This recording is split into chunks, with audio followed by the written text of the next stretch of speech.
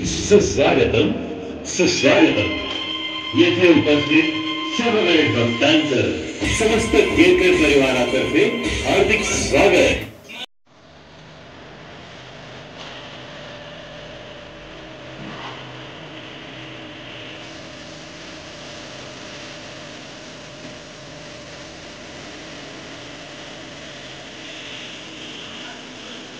जय जय जय श्रीराम. श्रीरामामध्ये अनेक प्रकारचे आदर्श गुण होते. जेव्हा श्रीरामाच्या राज्याभिषेकाची घोषणा झाली तेव्हा अचानक वडील म्हणाले, तुला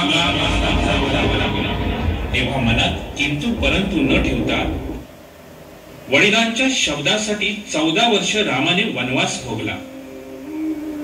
आणि आज वडिलांच्या प्रॉपर्टीवरून वाद होत आहे. असे हे रामाचे चरित्र मातृपितृभक्तीचे एक उत्तम उदाहरण आहे. लक्ष्मण आदर्श बंधू म्हणून आज सर्व जग लक्ष्मणाकडे पाहते. भावाला वनवास झाला होता, पण लक्ष्मणाला तर कोणी वनात जायला सांगितले नव्हते. पण माझा बंधू वनात अनवाणी झाले, जमिनीवर झोपे आणि मी सर्व गोष्टींचा उपभोग घेऊन सुखात राहील.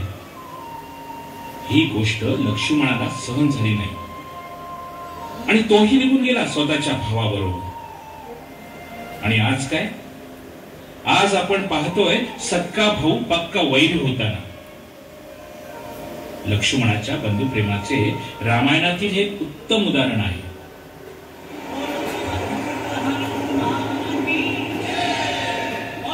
राम भक्त हनुमान म्हणून आपण प्रत्येक मंदिरात जेथे राम आहे तेथे हनुमानाला पाहतो.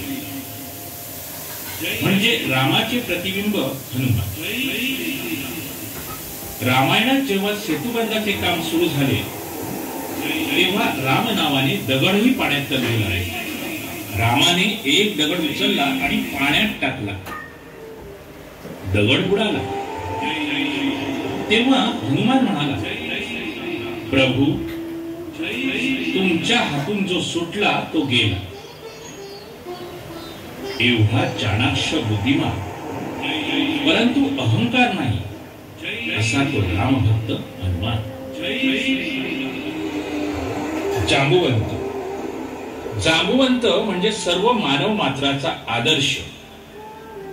जे तरुण आपली शक्ती हरून उदास झाले आहेत त्यांच्यात चैतन्य भरून त्यांना त्यांची उमेद जागा करणार.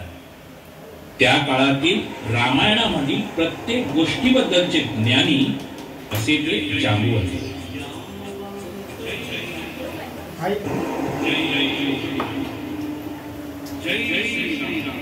नर नील. रामायणात प्रत्येक गोष्टी व प्रत्येक व्यक्तीला खूप महत्व दिले आहे. त्यामध्ये नल नील म्हणजे एक उत्तम इंजिनियर होते. पूर्ण सेतू बांधण्याची जबाबदारी त्यांच्यावर होती आणि कुठलाही व्यत्यय न येता तो पूर्ण केला. त्यामुळे राम व वानरसेना लंकेत प्रवेश करू शकले.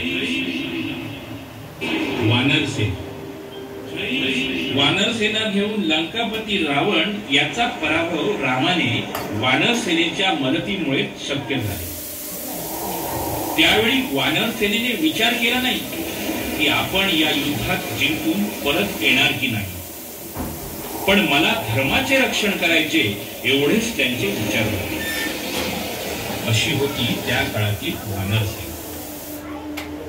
जय जय श्रीराम. जय जय श्रीराम. जय जय श्रीराम.